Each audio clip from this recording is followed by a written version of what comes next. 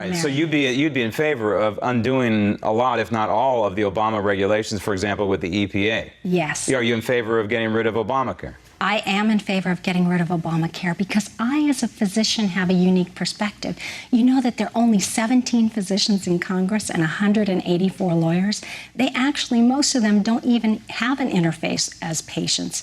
So as 7% or more of the population is interfacing with healthcare, we find that, yeah, people have an insurance card, but then they don't have enough money to pay these high premiums. Right, it's a disaster, right? So so if you were in Congress, would you vote to fund Obamacare like the majority obviously has over the last 5 years? It's perplexing to me when on the one hand you have folks saying, hey, we need to repeal Obamacare, when over the last 5 years they've voted to fund Obamacare. You see any problem with that? Well, I do see a problem, and the problem is we're giving a mixed message. If we're representing the people and the people are unhappy with a program, another government program, then perhaps we need to step back and say, are we spending our taxpayer dollars wisely? I would think that most people would agree that we're not. So it's important for us to take a step back and look at what actually works. People were happy with some of the things like pre-existing conditions that were eliminated. They were happy with the fact that perhaps their kids could stay on their policies.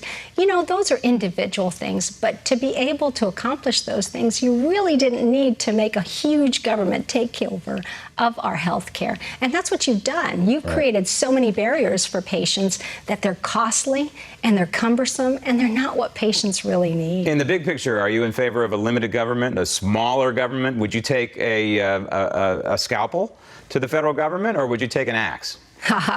Well, you know what? There are programs that people may be in love with. But you know, just like everybody else, all the other moms like myself, when we have a fixed budget, what we do is we go and we look at, well, what do we actually need? And what is it that we may want to add in the future? And I think our government has to act the same way. We have to surgically, yes, remove the excess. You know, some programs are really nice, but if you can't afford them, you don't do that until later. Would you be